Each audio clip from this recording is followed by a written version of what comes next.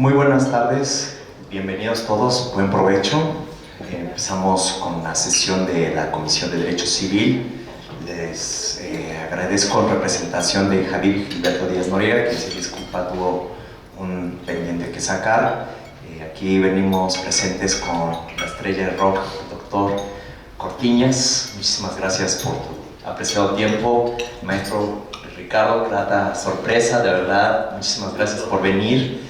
Y pues vamos a empezar con el siguiente itinerario. Empezará de conceder la voz a la abogada María José Girona Ferrer, quien dará lectura a la semblanza del doctor Cortiñas, y posteriormente concedemos la palabra al maestro Ricardo para que de manera puntual nos pueda exponer algunos puntos del libro del doctor Cortiñas. Ahorita está pendiente también que venga el licenciado Gabriel, dependiendo de la hora que llegue, será su intervención o empezará el doctor Cortiñas. Muchas gracias a todos. Por favor, María José.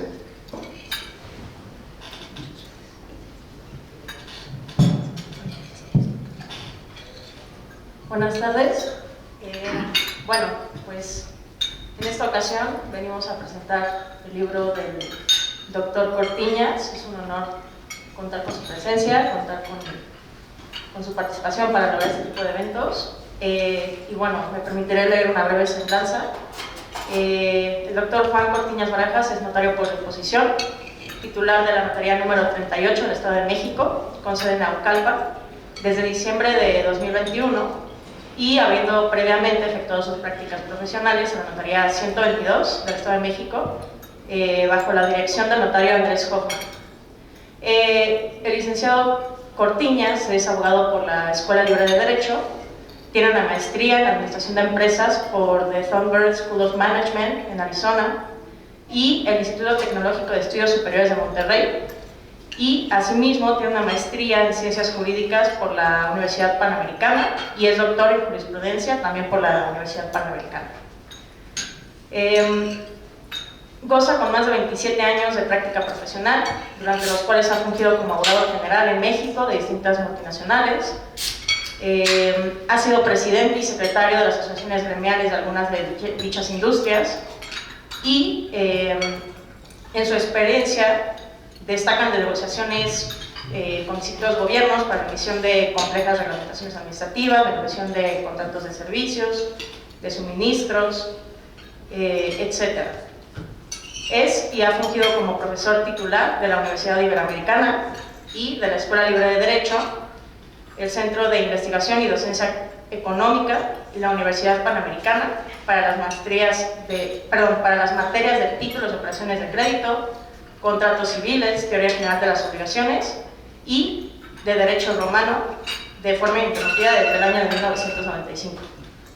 El doctor Cortiñas es autor de el libro La obligación, el doble cambio de paradigma cultural y conceptual en el Código Civil de 1928, publicado por Tirano Blanche y la Universidad Panamericana en el año de 2022.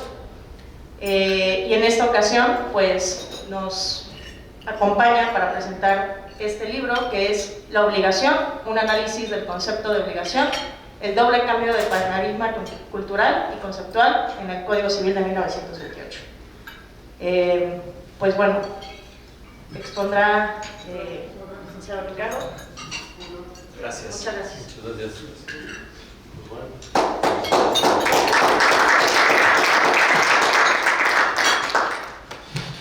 Buenas tardes a todos. Me presento, soy Ricardo Vargas, soy notario 88 de la Ciudad de México y también secretario académico del Colegio Nacional de Notariado Mexicano. También te manda saludos Lupita, nuestra presidenta, y nos da mucho gusto esta presentación del libro, además de que tendremos la oportunidad que también lo hagas con nosotros. Gracias.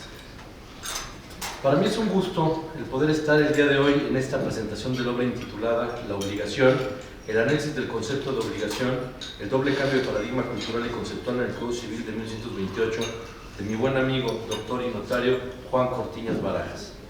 Con el autor, Juan para los amigos, he coincidido en el ámbito docente, compartiendo salón en la Escuela Libre de Derecho durante algunos años en el Salón Primero A, y la Universidad Iberoamericana, que me tocaba recibir en la cátedra de contratos a sus alumnos de la cátedra de obligaciones, donde entraba en el debate de posturas con los alumnos.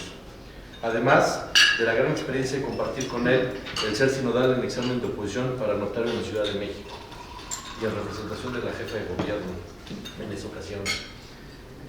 El autor es una persona estudiosa y apasionada, que en su obra nos da un amplio y reflexivo recorrido por las obligaciones. Esta obra, integrada por 4 capítulos, aporta temas para recordar y reflexionar. Por ejemplo, en las inclusiones del Código Civil de 1928, siguiendo a Bonecaz, se incluye una teoría tripartita de las ineficacias, dividida en la inexistencia, la unidad absoluta y la unidad relativa, y en igual sentido que el maestro Gutiérrez y González critica que se insertaron los artículos 22, 24, 22, 42, pero no se actualizó en los demás títulos del Código Civil. Con esto me gustaría saber la postura del autor respecto a la venta de cosa ajena, tema por demás discutido y apasionado. Igualmente, me gustaría saber la postura del autor respecto a la ilicitud con efectos de nulidad relativa. En igual sentido, en las fuentes de las obligaciones, la novedad de dividir en fuentes contractuales y extracontractuales. En palabras del autor, erosionando esa posición privilegiada del contrato como fuente única de las obligaciones y, por ejemplo, la mención de que la gestión de negocios era ya una figura estudiada en el mandato y fue importada a las fuentes extracontractuales y de ahí su referencia al mandato y no a la representación. Recuerdo en clase con los alumnos el debate en el tema de la condición suspensiva, de si da origen al nacimiento o exigibilidad y las distinciones que realiza el autor para concluir que lo que está en suspenso es la exigibilidad y no el nacimiento, como algunos concluimos. Hablando del pago, el tratamiento del efecto que le da el legislador en el Código Civil, así como la importancia legislativa al título de los efectos de la obligación. Yo comparto con los alumnos en la cátedra que efectivamente el capítulo de efectos es el más relevante en materia de obligaciones y lo toca de manera muy amplia en el libro. Esa mención al pago hecho por mandatario o por un tercero, con consentimiento, ignorancia o contra la voluntad del deudor y sus diferentes consecuencias. Como el lector se podrá dar cuenta, con esta obra se adentra en un apasionado recorrido por el estudio de las obligaciones, que además del libro de texto, sirve de libro de consulta en la vida diaria. Una invitación a que adquieran, lean y estudien la obra de nuestro amigo Juan Cortines. Muchas gracias.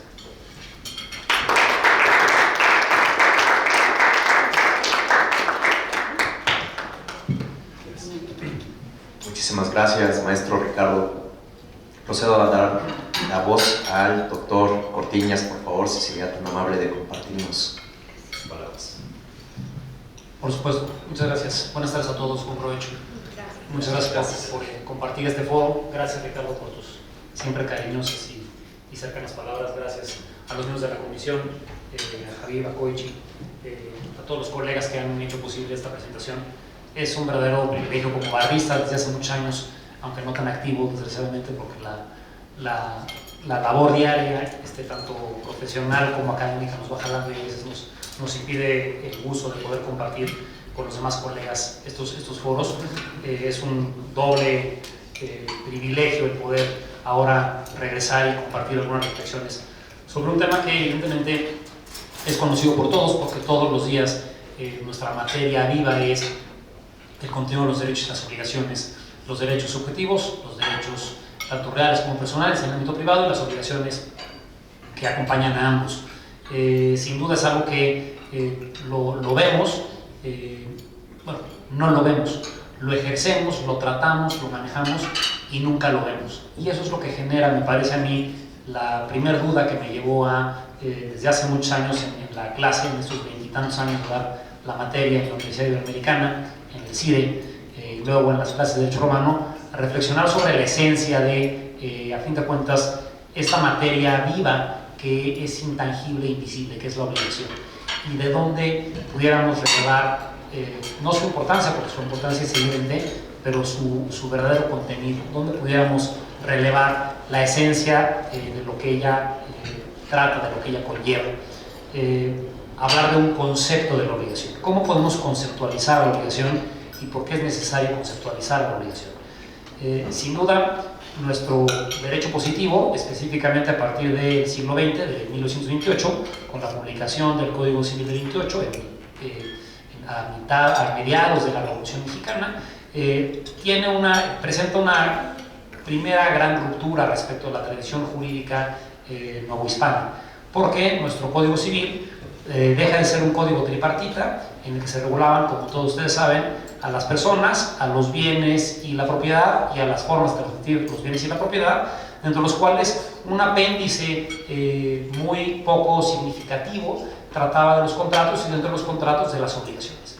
Nuestro Código 28, como todos ustedes saben, rompe este parámetro y se establece como un primer código tetrapartita que nos incluye este libro cuarto de las obligaciones y que incluye una teoría general de las obligaciones, lo cual releva, más allá de la inquietud intelectual y de la inquietud conceptual y filosófica, si me permiten ustedes la expresión, pues una duda me parece fundada desde el punto de vista del derecho positivo, de entender por qué se rompe el código del 4 y por qué es importante voltear, si me permiten ustedes la expresión, el calcetín, y en lugar de tratar las obligaciones como un apéndice de los contratos, tratar las obligaciones. Esto resulta evidentemente de una evolución histórica, política, en el caso mexicano, que es muy interesante y que es muy relevante para entender muchos de los cambios que conlleva esta ruptura en 4 de nuestro código.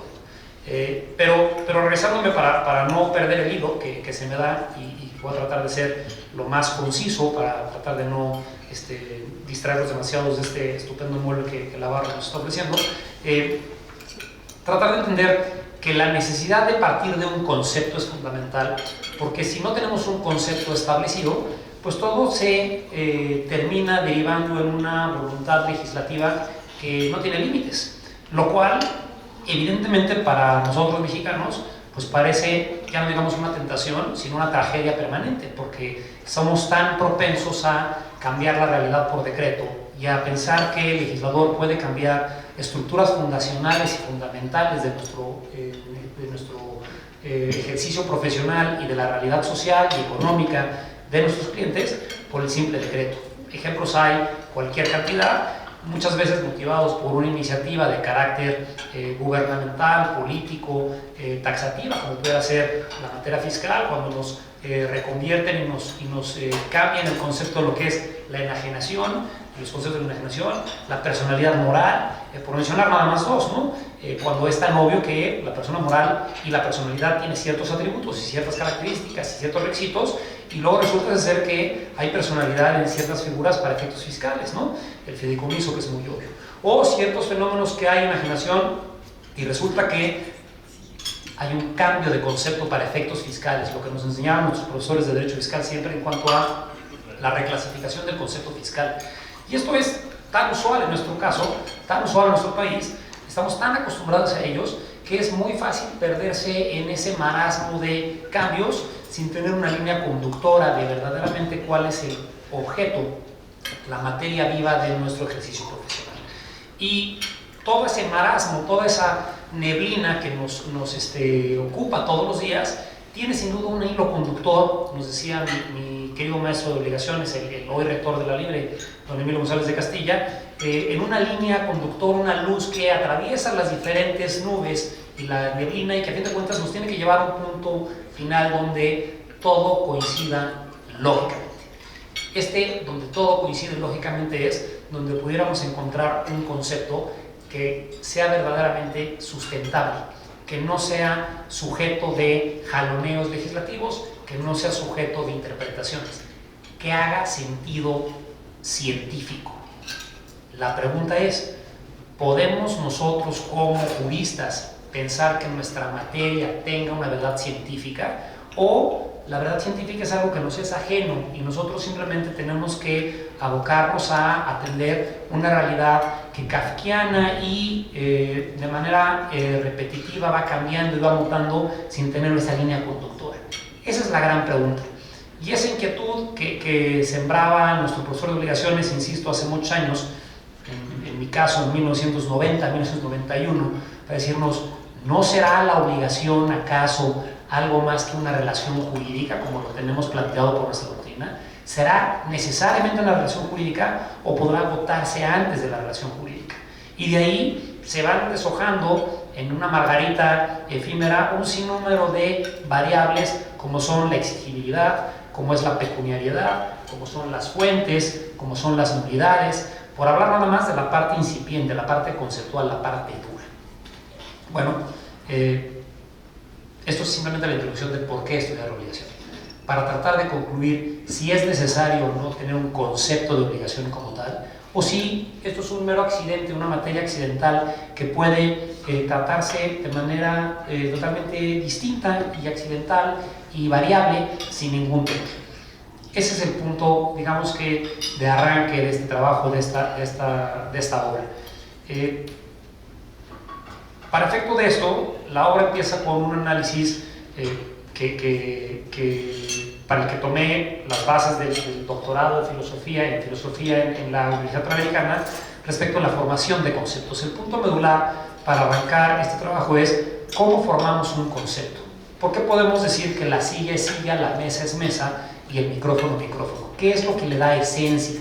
Cuando estamos hablando de fenómenos tangibles, pues esto resulta apetecible y fácil, porque a fin de cuentas pueden ser diferentes puntos de vista respecto a algo que puedo ver, que puedo utilizar. El problema grave para nosotros abogados es cuando la materia que yo estoy tratando de conceptualizar es una materia abstracta, una materia que no tiene realidad tangible, que no es visible, que podemos hablar de ella como podemos hablar de la divinidad, de la democracia, de la república, de la libertad, pero que no las podemos ver nunca.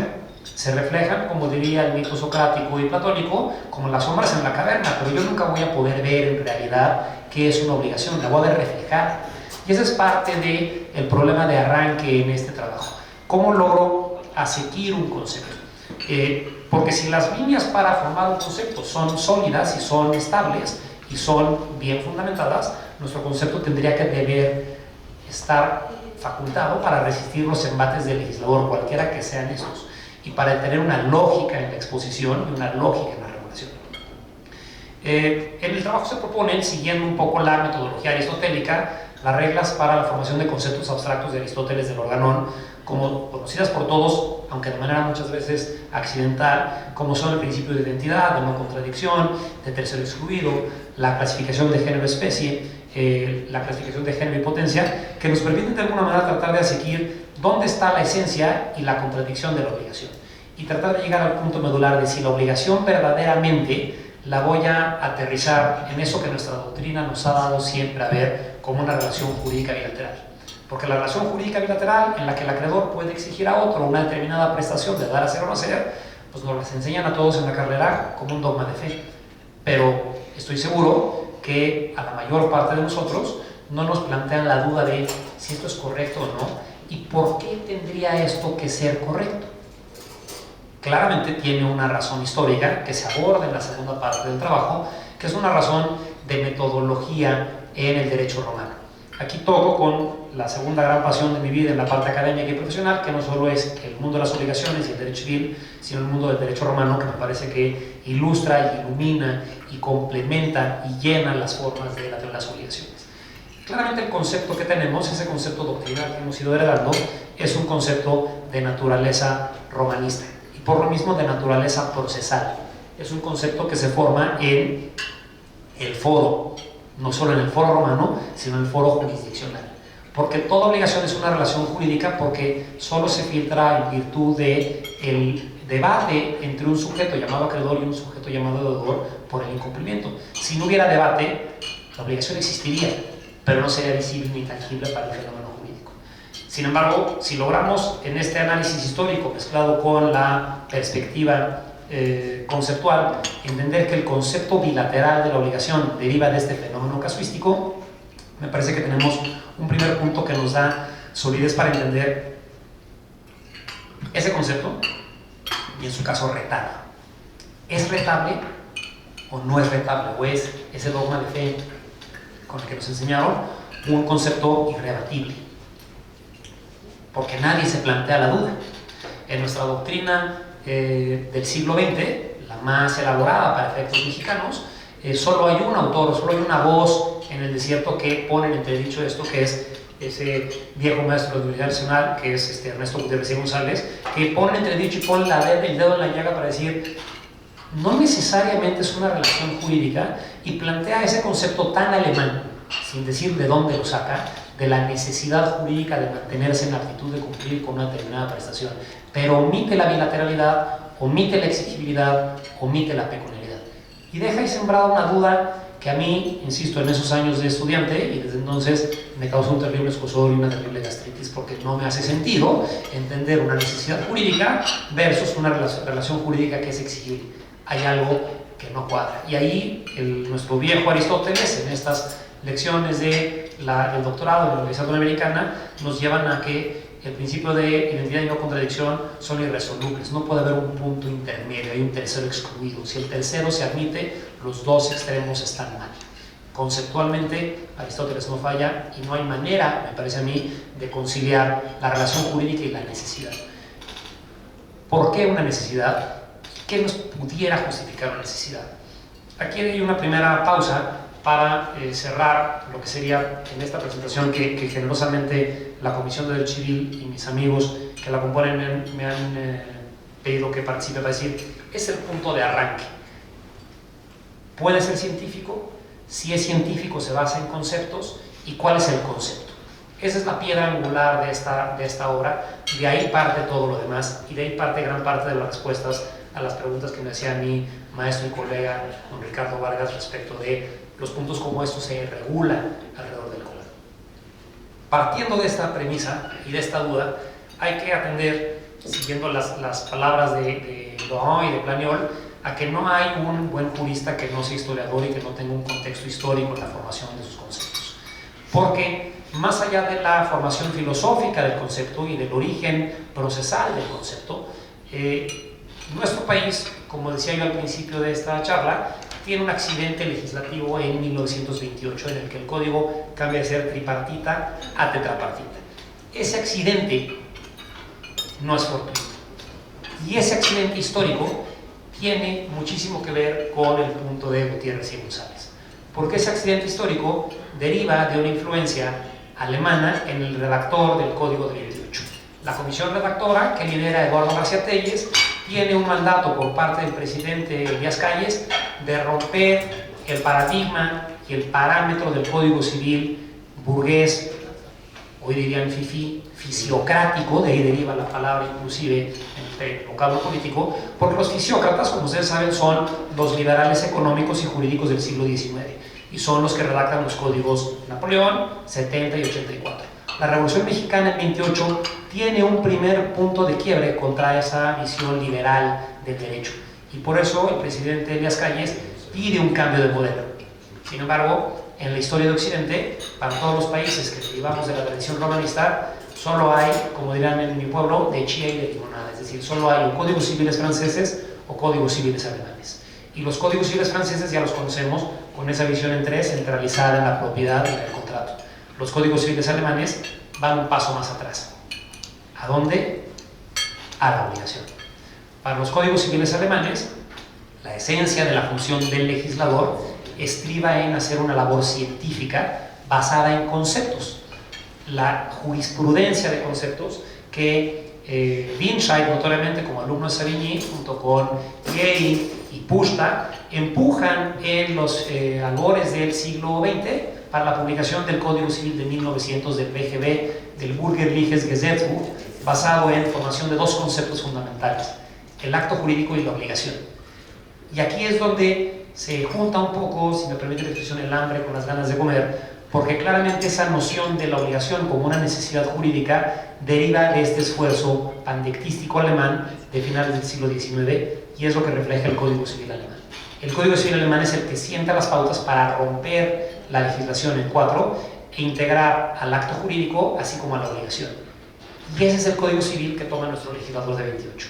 En ese modelo es que el legislador de 28 cambia la jugada por completo, que esto es, digamos, la segunda gran parte del trabajo que tengo el privilegio de presentarles el día de hoy.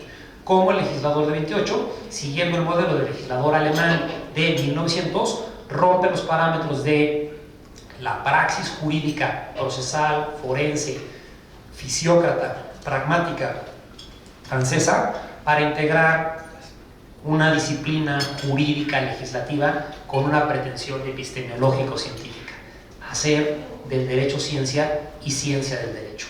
Y este es el modelo que toma nuestro legislador en 28. En ese cambio, en ese segundo cambio, que es la segunda sección de esta obra, es donde el concepto de obligación como una relación jurídica va a empezar a trastabillar. Haría yo, para efectos de digestión mental de todos ustedes, una segunda pausa, porque yo, como elefante en tobogán, me subo y no me detengo. Entonces, no sé si hasta ahorita quisiera hacer una pausa para ver si hay alguna reflexión o pregunta, a pesar de que después, por supuesto, abriremos piso, si está de acuerdo la comisión, para preguntas y respuestas y para polemizar. Pero no sé si dentro de estos primeros dos temas haya dudas puntuales, comentarios, rechazos, posición o reclamos al respecto. Por supuesto, está más que abierto. Juan, si me permites, y aprovechando así que el foro y nuestros anfitriones, yo me acuerdo cuando aquí tengo a 3 jóvenes clientes jóvenes que tuve la fortuna de que fueron mis alumnos. Yo me acuerdo cuando en personas y familias les hablaba de los alimentos, les decía, ¿qué más da que el código regule los alimentos como incorporar a la persona a la familia por pensión? El papá, cuando tiene a la mamá en la casa, están casados, tiene un hijo, no le tiene que decir al hijo, ahí te va tus 100 gramos de jamón, ahí te va todo esto, y nadie se preocupa. ¿Cuándo le va a preocupar a la ley? Cuando hay un incumplimiento, cuando hay un divorcio, cuando hay un desconocimiento de un hijo, que es tipo ahorita lo que tú nos estabas diciendo un poco de la obligación, ¿no? En el sentido de decir, a ver, espérame tantito, la obligación le va a importar al derecho en el momento principalmente que hay un incumplimiento. Si uno cumple y el otro cumple, pues no tengo tanto problema. Y es el mismo el caso que yo veo con el caso de los alimentos, sobre el caso de las personas mayores que te dicen, oye, incorpora a la persona a la familia de preferencia, ¿no? Pero de ahí en fuera es cuando viene un divorcio o algo por el estilo, decir, oye, vamos a cuantificar los alimentos, y no es que cuantifiquemos los 100 gramos de jamón, sino que cuantifiquemos cómo va a ser esa pensión del cumplimiento de la obligación alimentaria. Fíjate que a mí me gusta mucho, quisiera yo tener el estudio que tú tienes en el tema de derecho romano, porque fíjate que ya es algo de lo que viene ahorita en el libro. Es importantísimo estudiar la historia para entender las figuras actuales, cosa que desgraciadamente luego nuestros legisladores al día de hoy no lo comprenden, ¿no? A mí me gustaría, si tuvieras oportunidad más adelante en la plática, el análisis de la lesión es bien interesante, ¿no? Desde cómo lo teníamos en el Código de Napoleón, que si era una rescisión, al día de hoy el tratamiento que se le da al código, hasta inclusive llegar a un análisis, como dice la Corte, si la hay una materia mercantil, ¿no? Y todo eso muchas veces te lo va a resolver lo histórico, no nada más tomar en cuenta lo que tenemos, lo que dice el código, y lo lees y dices, pues, ¿a dónde me quieren llevar con todo esto, ¿no? Y lo que decías tú del dogma de fe, pues me recuerdan esas clases cuando uno estudia la suma teológica. Si acordamos de la estructura de la suma teológica de Santo Tomás, yo recuerdo que siempre empieza con una objeción, un set contra, que es el argumento de fe, y un responde o no. Me acuerdo que en esa cuestión 90, artículo primero, dice, siento otra ley en mis miembros, ¿no? Y es lo que dicen que es la razón. Y de ahí que llega Santo Tomás en la cuestión 90, artículo 4 en contra, y te da una definición de ley, ¿no? Esa que es la prescripción de la razón en común promulgada por aquel que tienes que ver con la comunidad, que es el fundamento del concepto de derecho del padre Villoro, siguiendo una escuela naturalista. Pero es importantísimo todo esto que citas, y es algo de lo que yo sí les quiero invitar. Esta es una obra, yo lo que les decía, aparte de estudio, consulta diaria, porque obviamente, como bien dijiste, las obligaciones no las vemos, pero las vivimos y las padecemos, ¿no? Entonces, de una u otra manera, una invitación es decirles, este libro, la verdad, es un libro muy enriquecedor en el sentido de lo histórico, que entendamos el por qué llegamos a un concepto, y luego lo que dijiste ahorita, el paradigma de 28, y sobre todo el tema de irnos un poquito hacia la corriente o la tendencia alemana para entender hacia dónde van las cosas, ¿no?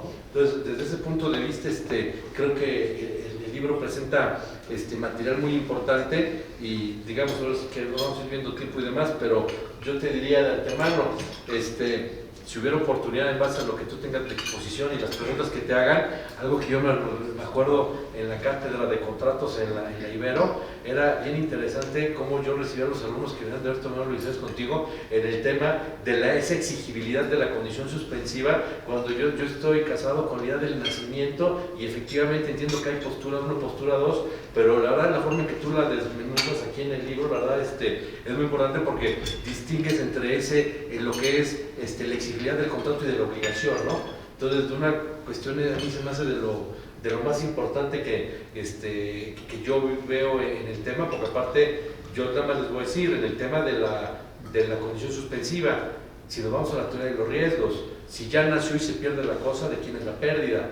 ¿Sí? Si solo depende de la exigibilidad, pero si no ha habido el nacimiento, ¿de quién va a ser la pérdida? ¿No? Entonces tenemos ahí una serie de cuestiones que eso sí nos va a afectar porque nos va a llegar al escritorio o por la redacción del contrato o por el incumplimiento, ¿no?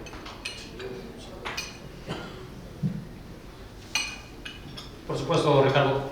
Yo creo que sí, mi idea es llegar entre los puntos concretos que hace creo la mesa, que todos son interesantísimos y por supuesto todos sujetos a un debate riquísimo.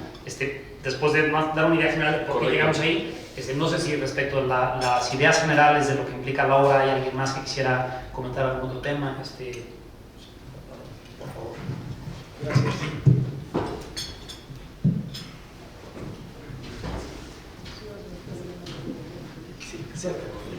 Muchas gracias. Bueno, primero felicidades por este libro que se antoja verdaderamente muy interesante. A mí me llamó la atención la convocatoria de hoy, el libro, ya lo tengo para poderlo leer, pero me gustaría preguntarle al autor. O sea, se ve que el libro trae una propuesta de algo diferente, algo que no habíamos visto o que no estábamos viendo.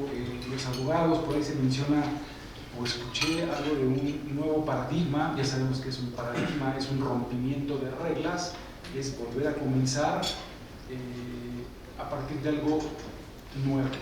Entonces, así, a bote pronto, si nos pudieras hacer el favor de comentar, un poquito anticiparnos qué vamos a recibir del libro. Efectivamente, tienes una nueva propuesta sobre el concepto que conocemos de la obligación como está actualmente en el Código Civil. Bueno, aquí particularmente, pues yo creo que todos estamos muy familiarizados con no familiarizados, conocemos el Código Civil de la Ciudad de México. Pues si nos pudieras hacer el favor de abundar un poco ahí al respecto. Gracias. Por supuesto.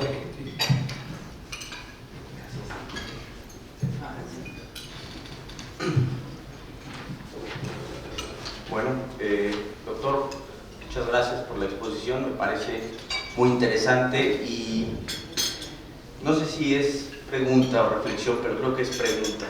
Cuando yo escuchaba lo que nos decía, no podía dejar de pensar en tres o dos cosas importantes.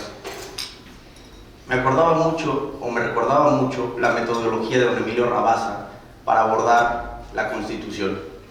Es decir, la manera en la que usted está abordando el concepto de obligación me parece muy semejante a la metodología de Rabasa para abordar en general la Constitución. Porque la segunda cosa que me venía a la mente son las ideas de Ortega y Gasset. Los seres humanos no tenemos pasado, o sí tenemos, pero los seres humanos, más que tener pasado, somos pasado. Porque creo yo que no es lo mismo, digamos, analizar una institución, una figura, a partir de dogmática retrospectiva, que entender desde una perspectiva historicista un concepto. Y me parece muy interesante lo que nos está planteando, porque si bien estoy entendiendo, nos está proponiendo un concepto de obligación, digamos, separado de esa dogmática retrospectiva, emanado de una auténtica vivencia de la historia. No sé si me estoy explicando. Y me parece que abordar eso es una de las grandes asignaturas pendientes que tiene, pues no solo el derecho mexicano, sino creo que la teoría general del derecho en general. Gracias. Al contrario, Julio, gracias a ti. A ver, sí, sin duda, creo que los tres comentarios, muchas gracias a los tres, tienen mucho que ver. Y era el paso que quería yo dedicarme ahora, después de darles el planteamiento original en cuanto a el concepto o la teoría del concepto, dos, a los cambios históricos que se dan en la legislación de 28 y las consecuencias que esto tiene.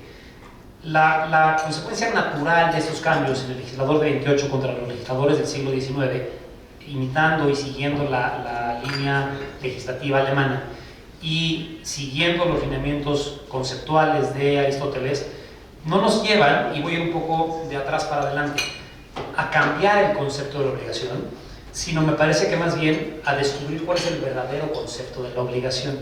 Es decir, menciona mi querido Ricardo que es la polémica tradicional que tengo con muchos colegas, decir, bueno, es que mientras no me duela porque no hay incumplimiento, pues jurídicamente me es irrelevante, ¿no? Entonces, pues un concepto que haga óbice del accidente procesal, pues jurídicamente no es relevante. Y me parece que ahí es donde está el cambio de perspectiva. No es que se forme un nuevo concepto, sino que lo que estoy yo planteando es cómo debe de abordarse el concepto desde su origen y entender que el concepto que teníamos históricamente era un concepto basado en una realidad procesal distinta. Porque el derecho romano, de donde deriva ese concepto, el viejo concepto que deriva del digesto, obligatio, juris vinculum, co necessitati, etc., basado en el vínculo jurídico, en la relación jurídica bilateral, deriva de ese fenómeno procesal en que siempre hay quejoso y demandado. Y por lo mismo, siempre hay igualdad, siempre hay exigibilidad y siempre hay un carácter pecuniario. Sin embargo, los alemanes consideran, cuando se plantean esa duda y esa polémica, la famosa polémica entre Thibaut y Savigny para ver si se adopta el Código Civil en los términos del Código Civil Napoleón o si se crea un nuevo Código Civil, el punto de rompimiento es: tenemos que crear un Código Civil basado en nuestra realidad social, en nuestro Volksgeist, ¿no? En el famoso espíritu del pueblo del que hablaba Savigny y del que hablaba también Wittgenstein. Y en ese espíritu del pueblo, los alemanes, yo no sé si sean las papas, pero pues juegan fútbol diferente, van a las estrellas diferente, generan música y filosofía de manera diferente, y la realidad es que los conceptos los desmenuzan de manera diferente.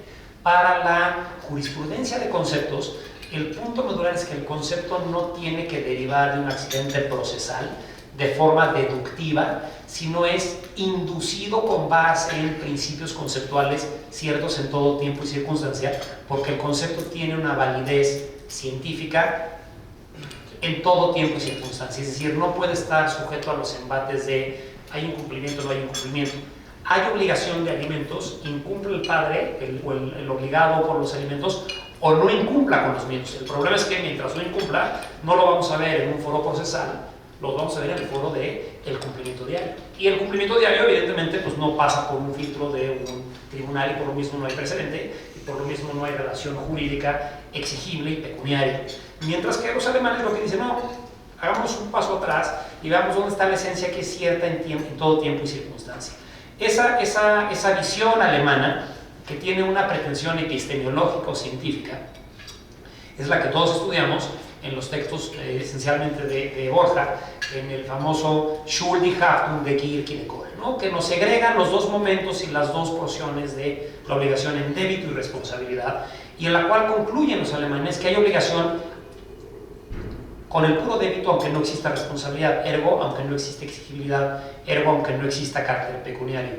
Y por eso los alemanes, si nos centramos ahora a la fase ya, al tercer segmento de la obra, y a la fase ya de derecho positivo en el análisis del Código 28, por eso los alemanes tienen una serie de estructuras que rompen el modelo tradicional francés y romanista. El primero y más evidente es la Declaración Unilateral de la Voluntad. La Declaración Unilateral de la Voluntad no tiene ningún antecedente en el derecho civil francés, como no la tiene en el derecho romano. ¿Por qué? Porque para los romanos la petición de principio es que haya conflicto y que haya confrontación ante un juez y acción otorgada por el pretor. Y por lo mismo, cuando no la hay, no hay juridicidad. El Schuld se desvanece, no tiene relevancia pragmática para el romano, como no lo va a tener para todas las legislaciones pre-Código Civil alemán y Código Civil 28. Nuestro código sí adopta la Declaración de la Voluntad y nos mete en ese grave problema en el que nuestra doctrina tradicional siempre tiene un brete de decir, bueno, es que la obligación es una relación jurídica que tenga sujetos determinados o determinables, lo cual nos lleva a un sinsentido conceptual, porque si la relación jurídica no tiene sujetos determinados, no es relación jurídica, porque para la relación requiere el elemento activo y el elemento pasivo. No puede haber relación de uno solo y no puede haber uno de los elementos que sea potencial. Este es un primer punto en el cual el legislador de 28 se separa de los legisladores anteriores.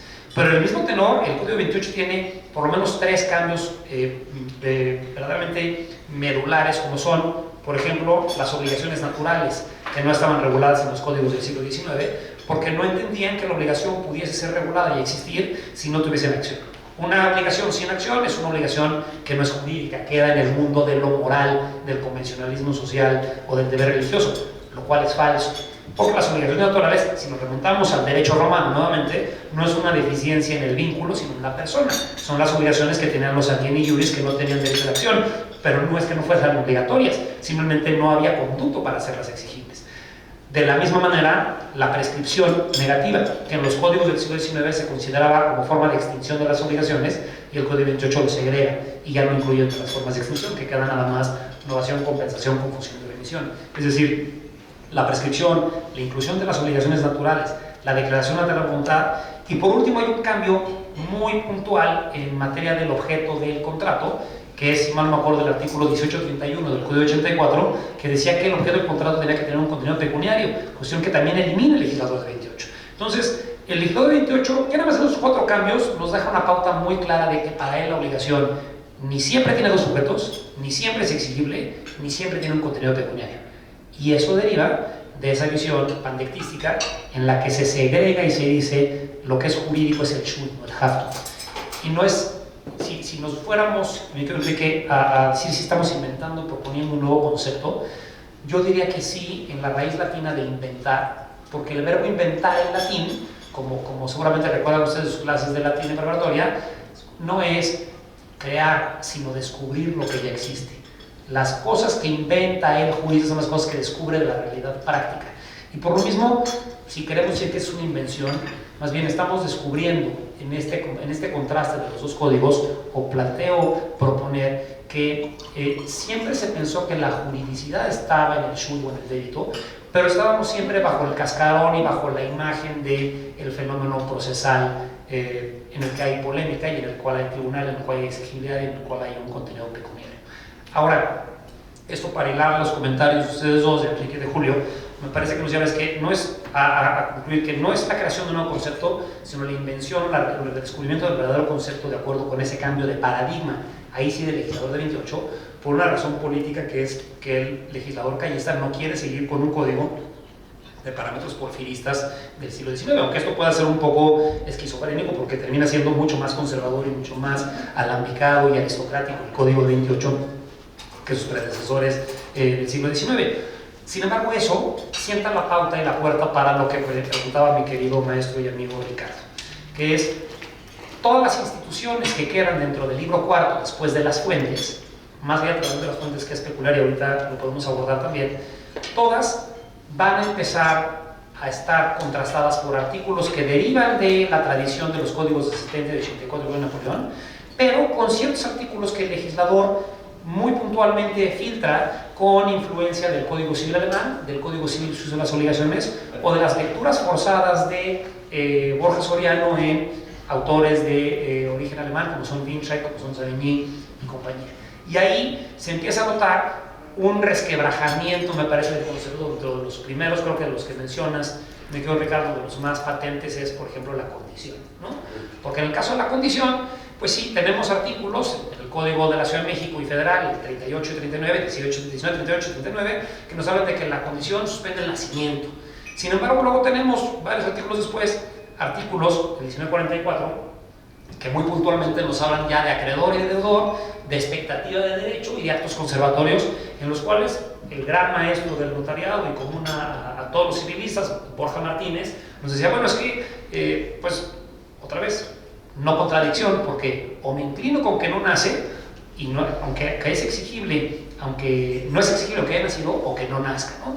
Borja Martínez evidentemente se inclina por una conciliación, yo un poco en aras de esa función notarial, de decir, bueno, pues yo no puedo dejar de aplicar la ley y tengo que, se va un poco en mi opinión por la tangente, de decir, bueno, entra esa creación de la expectativa de derecho y entonces el derecho nace, pero no es exigible y hay un derecho al derecho, pero a mí me parece que eso es una ruptura completa con el principio de no contradicción aristotélico, es decir, a mí me parece que sería mucho más sensato decir o que no nace del todo, o que nace y no es exigible.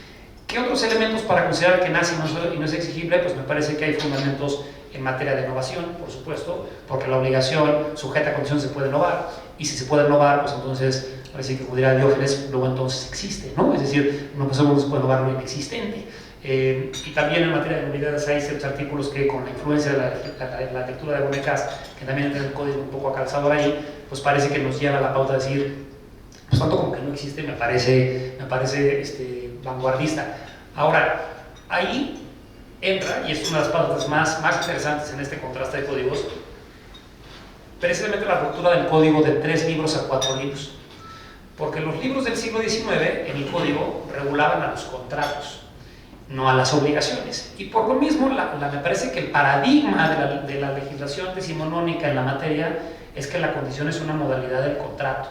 Y modula el contrato, por lo mismo el contrato existe, y en virtud de eso, para el paradigma del siglo XIX, puede restringirle la existencia de la obligación, pero el contrato sí existe.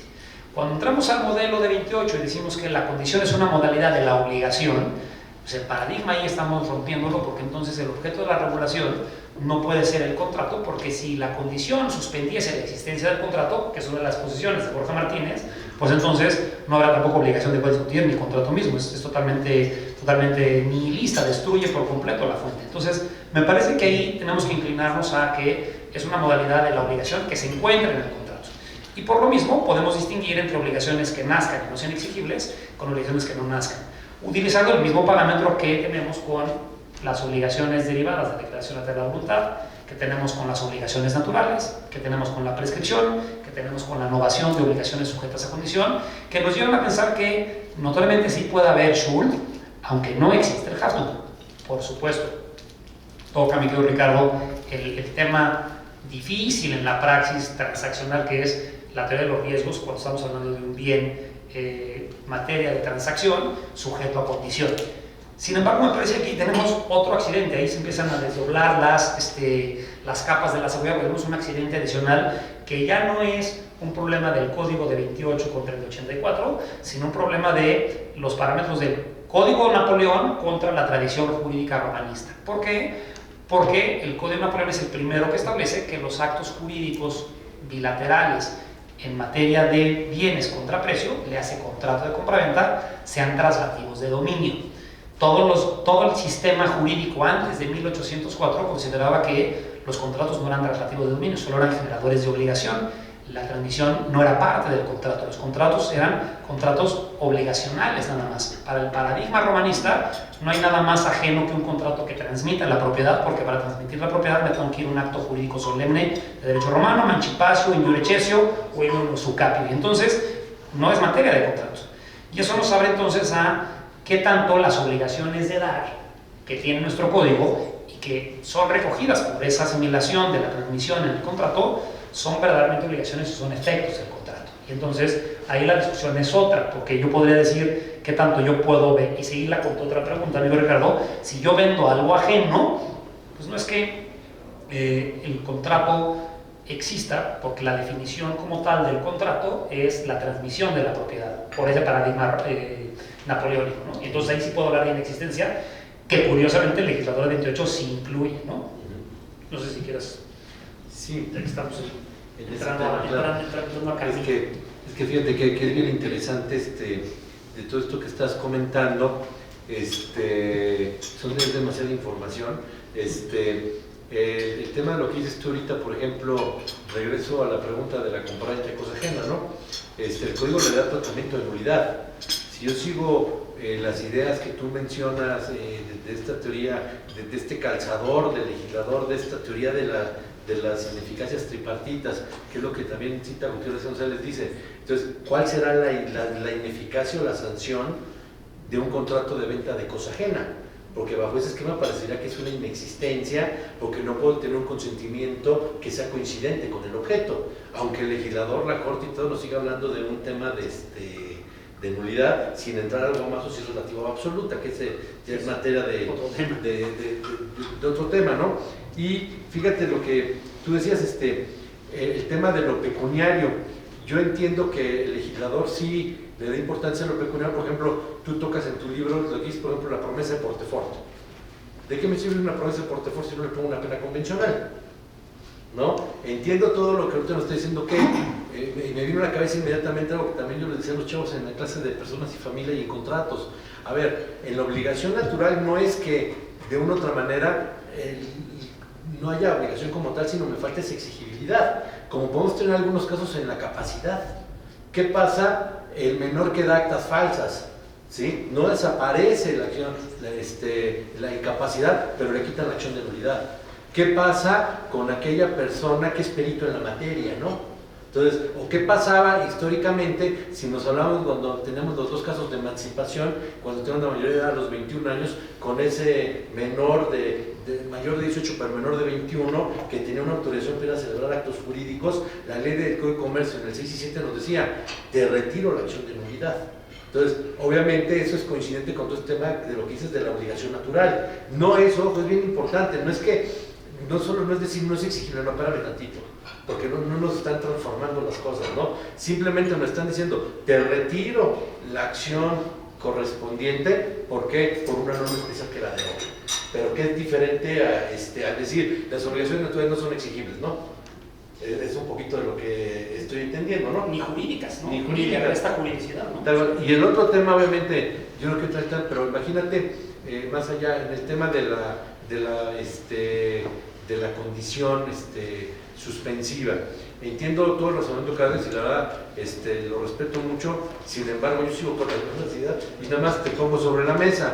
A mí me gusta, hay un artículo, bueno, hay el libro de Planiol, hay un análisis que me gusta mucho que dice qué pasa mientras la condición se cumple, qué pasa una vez cumplida y qué pasa cuando es de imposible cumplimiento. Y hasta él llega y dice, ok, la exigibilidad y nacimiento van de la mano mientras se cumple, ¿no? Y entiendo lo que tú dices, oye, ¿cómo me dices que no hay contratos, es inexistente, cuando quizás es hablar más bien de una expectativa de derecho que protege el derecho, ¿no? Por eso puede ser actos conservatorios, por eso, pero no cualquier acto conservatorio, ¿no? Puede inscribir una cancelación de hipoteca para tener una compraventa, y entiendo que lo que dices tú habla de acreedor, deudor, que en caso de que sea de imposible cumplimiento se extingue, que se puede extinguir pues lo que nació, ¿no? Y una serie de cuestiones. Pero a mí llevándolo a ese tema, por ejemplo, lo llevo a sucesiones, ¿qué me dicen heredero condicional? Que tengo yo que de una u otra manera ser capaz al momento del fallecimiento y al momento de cumplir la condición, ¿no? O si es de imposible cumplimiento, ¿qué va a pasar? Una retransmisión de la propiedad con un impacto fiscal, si lo llevo más allá o únicamente lo dejo ahí. Entonces, este tema da muchísimo para donde ver. Yo puse nada más como ejemplo la teoría de los riesgos, ¿sí? Que yo creo que en el ámbito notarial ese sí es un tema. Oiga, dígame, licenciado, la razón de dominio es o no condiciones, esto o es aquello, ¿qué pasa con la pérdida de la cosa? Porque vamos a pensar en un tema muy sencillo, cae un trueno y se pierde la cosa. ¿Quién la pierde? ¿No? A nadie le va a gustar perderla, las cosas perecen para su dueño, perfecto, ¿quién es el dueño? ¿No? Entonces, tiene una connotación bastante interesante, y yo creo que de esta manera se viene reafirmando que el libro tiene muchas inquietudes que nos va a hacer pensar, así como yo digo a los chavos de clase, hay que poner a correr la ardilla en la cabeza como para tener más ideas. Y yo con el señor Oliveros, con quien estoy asociado y es mi maestro, me dice, Ricardo, no olvidemos que el cerebro es el músculo más grande del cuerpo, si no lo ejercitas atrofia, ¿no? Entonces uno de los temas es, hay que ponernos a estudiar, hay que ponernos a leer y demás, porque verdaderamente esto es lo enriquecedor de estos foros, ¿no? O sea, yo pongo sobre la mesa, si ven y nos presentan un libro que no nos transmite ninguna inquietud, muchas gracias, vamos a hacer un cómic mejor, ¿no? Exacto. Pero si venimos y presentamos un libro que nos viene trayendo unas inquietudes, lo que nos preguntaba aquí, oye, ¿por qué le llamas paradigma? Pues muy sencillo, ¿no? Y este sentido que tú dices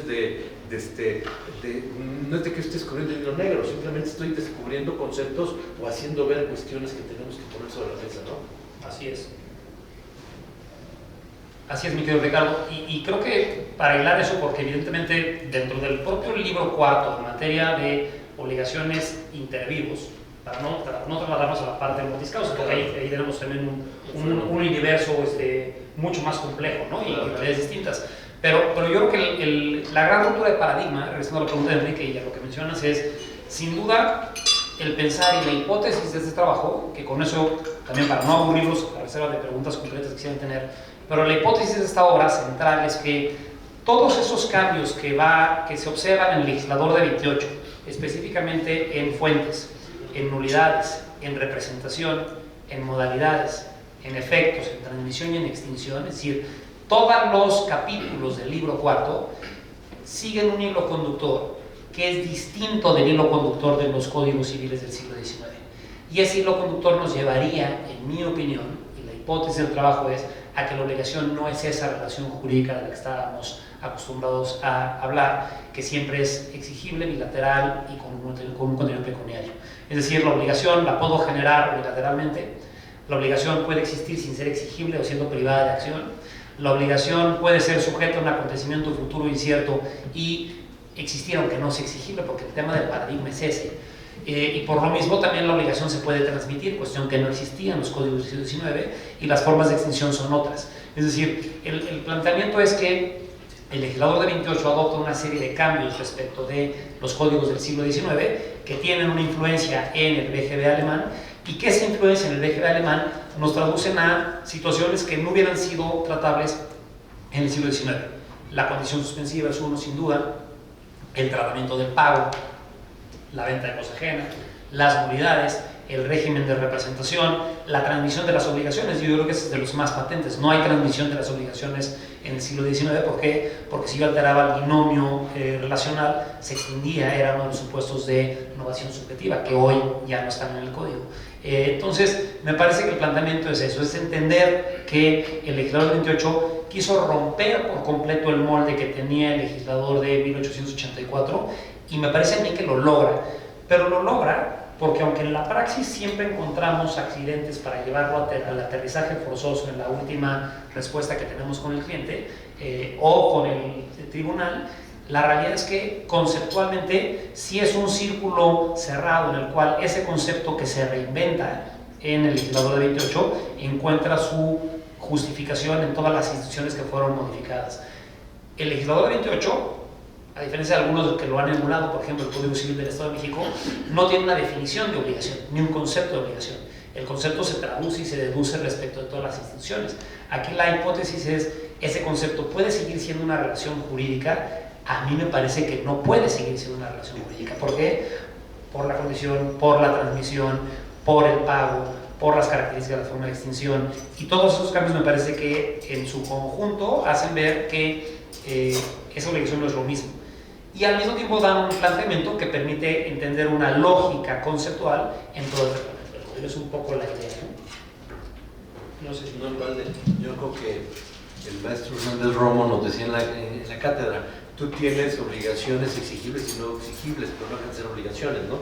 Y ahí las no exigibles te pone las naturales, pero no por eso las desnaturaliza del tema de obligación, ¿no? Entonces un poco la cuestión de que sí cumple con el tema de la obligación, pero por una norma de excepción no va a tener esa exigibilidad, ¿no? Pero no por eso deja de ser obligación, ¿no? Así es, coincido. Y bueno, para no perderlos en el detalle, y insisto, para tratar de hacer esto lo más productivo posible y para que tengan inquietud y compren el libro todos, no sé si más bien hacemos, si hay dudas más concretas para no seguirlos a lo mejor enredando con dudas más generales, pero no sé, por ejemplo, adelante, claro. algo se toca en el libro, por ejemplo, relacionado con la liberación de las obligaciones, ahora que nos tocó vivir esto del COVID, el caso fortuito, fuerza mayor, que pues como nunca antes ahora hemos tenido que argumentar en favor de nuestros clientes, pues precisamente que se presentó un caso de esta naturaleza, que en algunos es eximiente de la responsabilidad. No lo sé, me llegó esta idea, no sé si algo también se analiza en este libro. No específicamente respecto del caso fortuito en el momento actual, ni de las reglas específicas, porque básicamente el propósito de la obra y de la investigación era tratar aquello en lo que hay un cambio sustancial o un cambio de paradigma respecto del legislador 28 que alterase el concepto de obligación. De mi análisis, en el caso del capítulo de incumplimiento de las obligaciones, no hay, en mi opinión, un cambio de acercamiento a la materia, entonces no tiene un tratamiento específico al respecto como tal. O sea, se mencionan dentro de las reglas de incumplimiento de obligaciones de manera muy general, no entra el análisis porque no entra dentro del cambio de paradigma en 28. O sea, ahí no hay cambio, sigue viendo el mismo tratamiento que teníamos antes de 28, ¿no? Hay cambios puntuales que no trato con todo el detalle por obviedad, porque si no, no había manera de enfocarlo, que son muy ilustrativos para la formación de conceptos, por ejemplo, en materia de pacto comisorio tácito y pacto comisorio expreso, y la manera como eso estaba regulado en los códigos del siglo XIX. Porque ahí es muy notorio otra vez la necesidad de hablar de conceptos técnicos en una visión científica del derecho. Todos sufrimos durante las clases en la carrera, al analizar el pacto comisorio tácito, del tema de la facultad de resolver las obligaciones, ¿no? Y si es resolución o si es rescisión. Y por lo mismo que planteaba Miguel Ricardo en materia de las lesiones, ¿es una materia de rescisión o es una materia de nulidad? El pacto comisorio evidentemente es de rescisión, pero viene de una tradición que en el Código de 84, siguiendo el Código de Napoleón, igual que el Código de 70, decía inclusive que la condición resolutoria se entendía implícita en los contratos bilaterales y anagmáticos para el caso de incumplimiento, es decir, le daba el tratamiento de condición resolutoria conceptualmente, con un punto al final muy interesante, que sí lo trato en materia de condición, y decía, pero el caso de esta condición tiene que tratarse en tribunales y generar daños y perjuicios, con lo cual lo único que no es una condición. Entonces otra vez regresamos al punto del concepto. ¿Cuál es el concepto de condición versus el concepto de rescisión o resiliación?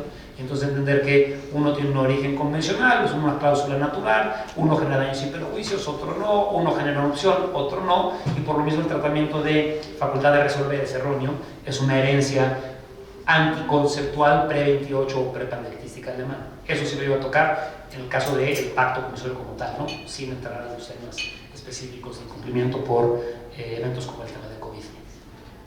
Muchas gracias. No, al contrario. ¿Alguien más tiene alguna pregunta o comentario?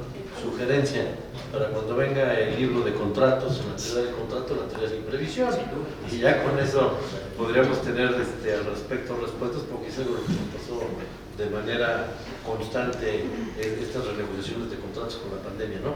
Por supuesto. Por favor, María. Muchas gracias. Bueno, esto que comentaba de la nueva visión de la obligación, a mí me llama mucho la atención en cuanto al tema que tocaba de los contratos alternativos de dominio, ¿no? O sea, tenemos esta visión de la transmisión de la cosa por mero efecto del contrato, cuando pues en los antecedentes romanos era una cuestión obligacional, ¿no?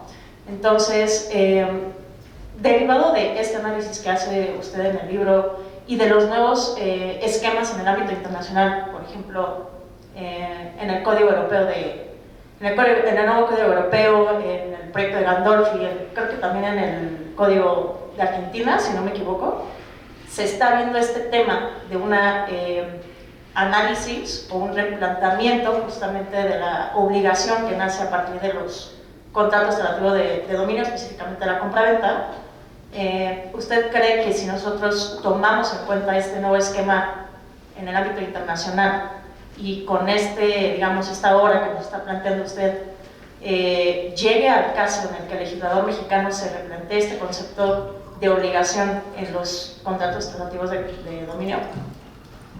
Es una pregunta muy maldosa, porque está usted abriendo un tema en el cual soy todavía más iconoclasta que en la materia del concepto de obligación, que es el tema de las obligaciones de dar. En realidad, como los chavos que conmigo también tuvieron la desgracia de caer en mis garras durante la carrera, yo tengo un vicio terrible probada, que es que para mí las obligaciones de dar no existen precisamente por ese cambio de paradigma que hay en 1804, es decir, la traslación de dominio del 2011. Si hacemos el desglose del 2011, todos los supuestos del 2011 se dan por mero efecto del contrato, es decir, nunca hay una razón ontológica, conceptual ni práctica para distinguir el efecto traslativo del efecto creador de una obligación de hacer, de una conducta, que tiene fundamentos filosóficos y dogmáticos en el derecho posterior mexicano importantes, por ejemplo, con Óscar Morino. O sea, Óscar Morino, cuando hace el análisis comparativo entre derechos reales y derechos personales, nos dice que el verdadero factor de diferenciación es el contenido de ambos, que es la conducta humana, porque no puede haber obligación que no tenga una conducta humana. Luego, entonces, la obligación que pretende tener un efecto traslativo en realidad no puede ser una obligación, o sea, filosófica y conceptualmente es un sinsentido. Más aún cuando en nuestro código el planteamiento de los efectos traslativos, el 2014, que aplica para el contrato de compraventa, pero igual para los otros dos supuestos, en el caso del contrato de arrendamiento, pues no hay una obligación de dar consistente en conceder el uso y goce. El uso y goce se concede por mero efecto del contrato, y si nos vamos a la glosa de las obligaciones específicas del arrendador o del vendedor, el 2283 y el 2004 y fracción, todos son siempre conductas puntuales respecto de ya la concesión del efecto traslativo de dominio o de uso y goce. Y la fracción tercera pues es una vacilada, ¿no? Esa restricción de cosa ajena o pago cosa de vida pues es como de párrafos, ¿no? O sea, es más inútil que en la Palma o en la Huehuete de Reforma el 22. No tiene ninguna razón de ser, es absolutamente un monumento histórico, en mi muy personal opinión. Y si nos vamos al derecho comparado, por ejemplo, si se va usted al Código Civil de Quebec, en el Código Civil de Quebec, el objeto de las obligaciones está específicamente listado como la conducta que el obligado puede hacer o no hacer, pero no habla del efecto de dar. ¿Por qué? Porque no tiene ninguna realidad práctica. Ahora, esto tiene, por origen, como bien mencionan ustedes, esa ruptura que tiene el Código Napoleón contra el antecedente romanista y la eliminación de las formas solemnes de transmitir la propiedad que existían en el derecho romano al paso de los siglos, y tiene una repercusión importantísima que sin duda vendrá en el libro de negocio jurídico, tanto interviews como mortis causa, también para hablar del tema de incumplimientos, que es el supuesto registral. Es decir, nuestro viejo maestro de Derecho Romano en el segundo curso de Obligaciones y Contratos de Derecho Romano, Jorge Adame, nos decía que, bueno, en realidad, con todas las obligaciones son de hacer. A fin de cuentas, todos los pasos ulteriores que tenemos en el ámbito transaccional son siempre conductas derivadas de un efecto traslativo. Vámonos a la inscripción registral en materia de inmuebles, todo lo relativo a las sociedades, la inscripción en materia registral en materia de aeronaves, en materia de buques, es decir, todos son, si nos ponemos a ver en el derecho alemán, el acto jurídico compraventa no es traslativo de dominio, es generador de obligaciones de hacer, y como tienen también al negocio jurídico, se obligan a realizar un negocio jurídico que es traslativo, sobre si ese negocio jurídico es la inscripción o es la emisión de un certificado traslativo. Entonces, a mí me parece que el origen romanista que detectan muy bien los alemanes al final del siglo XIX es decir, yo no me puedo obligar a efectos, me puedo obligar a conductas nada más. Y en la conducta puedo asociar un efecto traslativo en la emisión de un certificado, en la inscripción de un registro, y me parece que la inercia nos tendría que llevar hacia allá. Ahora, estaríamos aquí discutiendo, para el caso mexicano, un tema evidentemente de muchísima profundidad y que tendría una caja de resonancia muy importante por todas las implicaciones prácticas que tiene.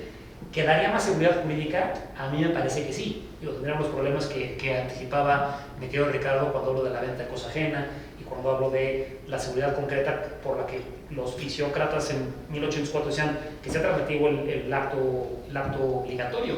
Pero me parece que es mucho más seguro, mucho más técnico el asociarlo a un acto posterior, no al contrato como tal, ¿no?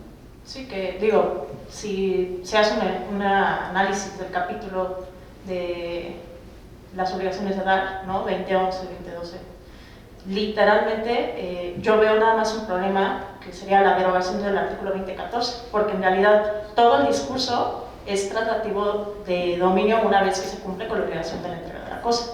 O sea, no le veo yo, digamos, un discurso contrario de la legislación mexicana a lo que hay, nada más lo veo en el 2014, ¿no? Pues yo discreparía un poco, creo que podría ser un poco más complejo que eso, porque a fin de cuentas el 2014 lo asocia al acuerdo de precio y cosas, no a la entrega del bien, y trae una serie de repercusiones importantes. Si nos vamos, por ejemplo, al caso de las obligaciones del vendedor, 2283, ¿cuál es la obligación? Es entregar la cosa, ¿no? Y entonces el gran paradigma que se analiza muy finamente en el tema del derecho romano es ¿por qué el contrato de compraventa romano obligaba a entregar la cosa? Porque la entrega de la cosa era el requisito sine qua non para que el adquirente se convirtiese en propietario en virtud del usucapión posterior a la tradición y al paso del tiempo. Es decir, era tradicio, posesio, usucapio, propiedad. Cuando Napoleón y su comisión redactora dice no, el contrato es traslativo, pero mantienen la obligación de entregar. ¿Por qué tienen que entregar?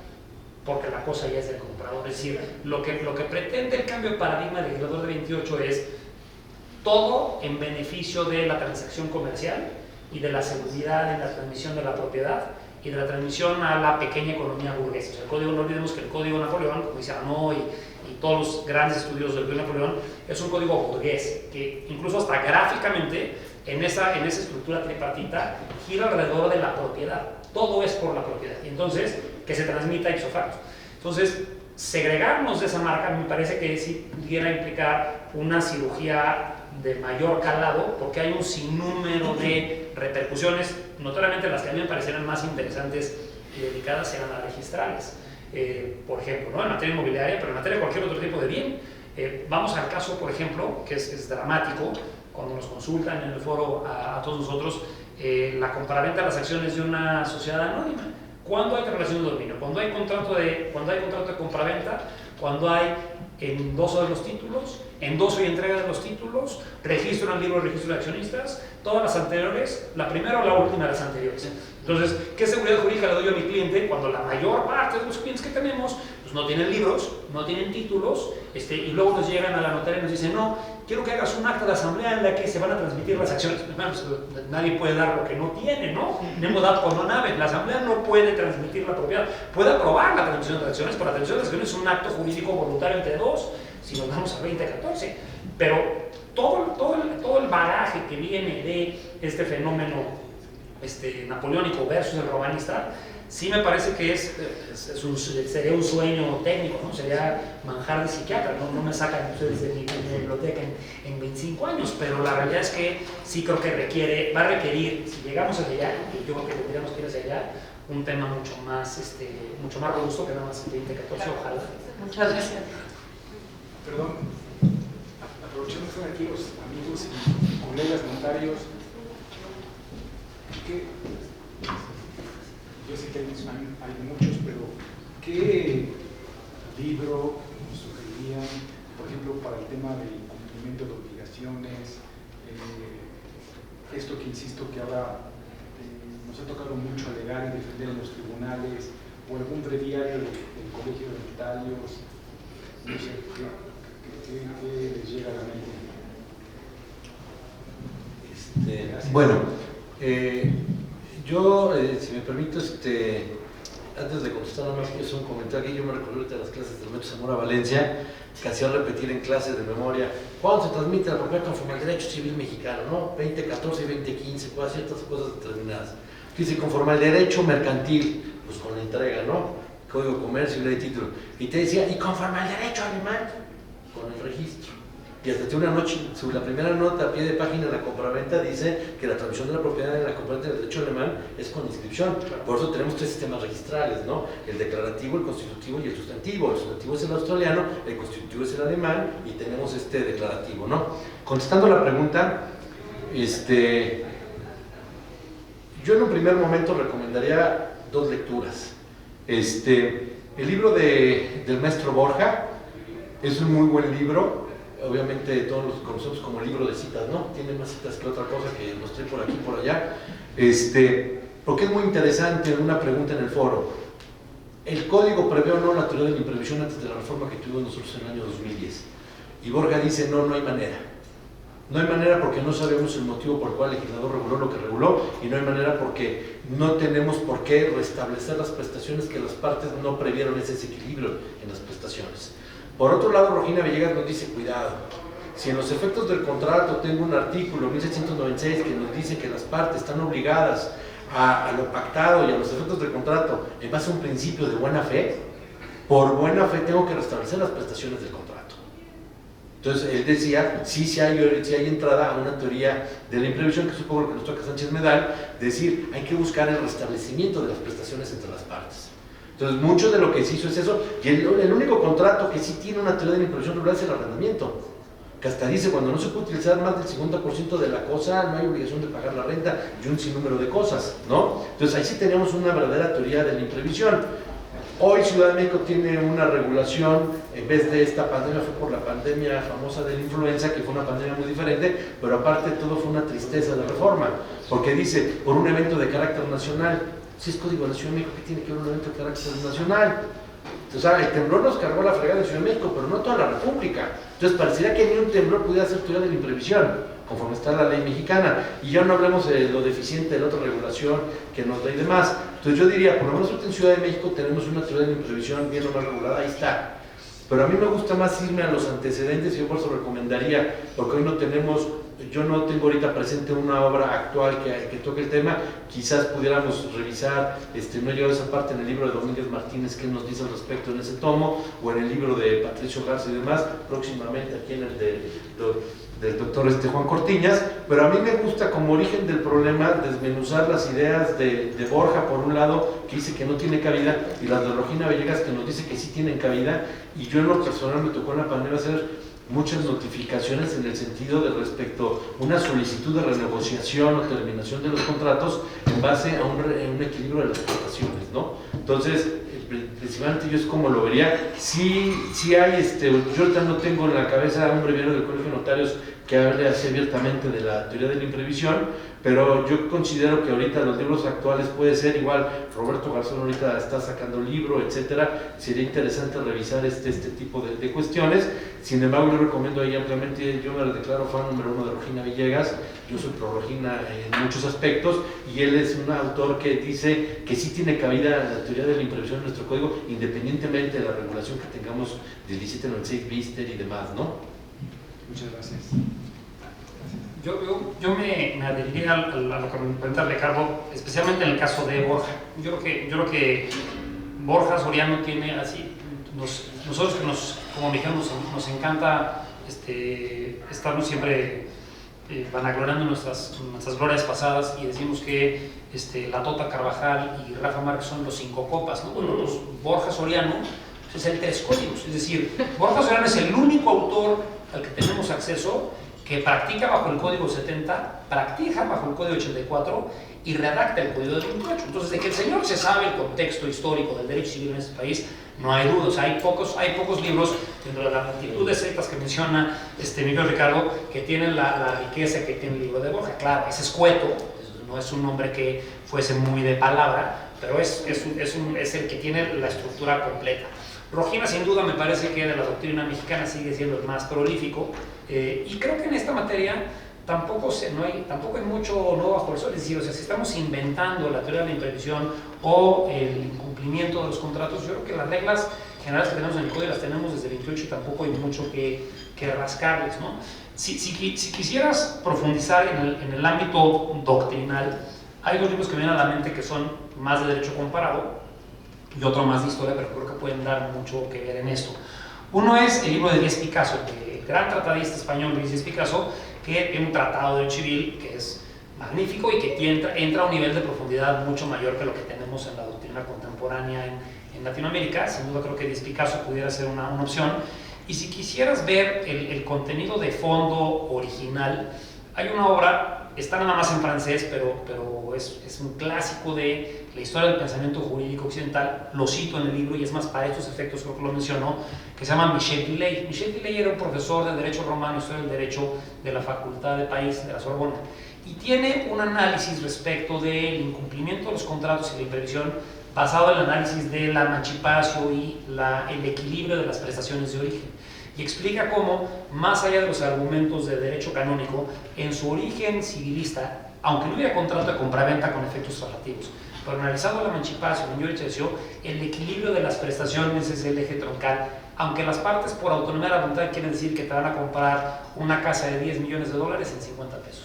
Lo que te dice Villey es, eso es una simulación, porque en realidad no es una compraventa, le estás regalando, y técnicamente hablando creo que va mucho de qué hablar con el tema de la teoría de la imprevisión, es decir, siempre tiene que haber un equilibrio subyacente en la transacción como tal, ¿no? Me parece que eso no te puedes acudir. Es un tema más doctrinal, más histórico, pero Villey creo que lo trata con mucha emoción. Los datos de Villey están en la bibliografía de este tema, ¿no? Es Historia del Pensamiento Jurídico Occidental por París, ¿no? Muchísimas gracias. Al contrario. Pues, pasemos la palabra. Muchas gracias. Puedes pasar el micrófono. Muchas gracias. Daríamos lugar a una pregunta más, por si hay, si no, cerraríamos con tu pregunta. Gracias. Bueno, más que una pregunta, mi querido Juan, el estar el día de hoy aquí para mí es un gusto. Y un gusto porque me hiciste regresar al salón de segundo A, en donde yo tenía un compañero brillante e inquieto intelectualmente, y veo que sigue así. Entonces, muchas felicidades por esta obra. Para mí va a ser un gran gusto leerlo. Y bueno, pedirte que por favor no dejes de escribir. Sé ya, Vox Populi, por tus exalumnos, que eres un gran maestro de romano. Ya he conocido a algunos, entonces bueno, y obviamente tu formación civilista. Entonces, creo que creo que te vendría muy bien escribir unos cuantos más. Muchísimas felicidades. Gracias, mi querida Vero. Sí, sin duda. ¿Qué?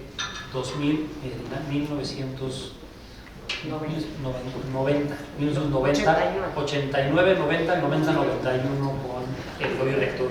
Y sí, compartíamos esta inquietud. Las gracias, pero un placer estar contigo. Gracias. Muchísimas gracias. ¿Habrá alguna pregunta o comentario adicional? Muchas gracias. Pues bueno, cerramos la sesión. Por favor, los invito a aplaudir a nuestro rockstar de esta tarde, al doctor Cortiñas. De verdad, muchísimas gracias por tu tiempo, apreciado tiempo, sobre todo tus valiosas aportaciones. Muchísimas gracias.